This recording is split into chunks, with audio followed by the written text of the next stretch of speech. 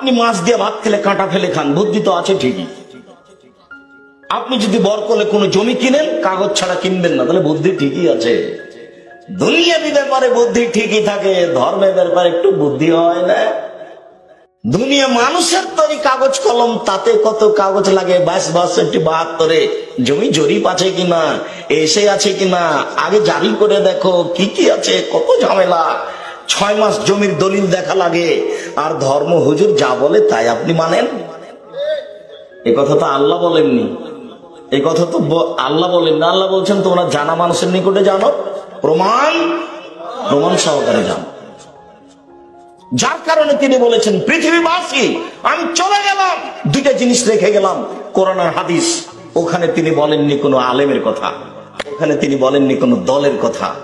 তিনি বলেছেন পৃথিবীবাসী আমি চলে গেলাম দুনিয়া থেকে, তোমাদের কাছে দুইটা জিনিস রেখে গেলাম, কোরআন আর হাদিস। যতদিন তোমরা এই দুটো ধরে থাকবে ততদিন তোমরা ভুল পথে যাবা না। তবে যদি এটা ছেড়ে দাও তাহলে কি হবে? ভুল পথে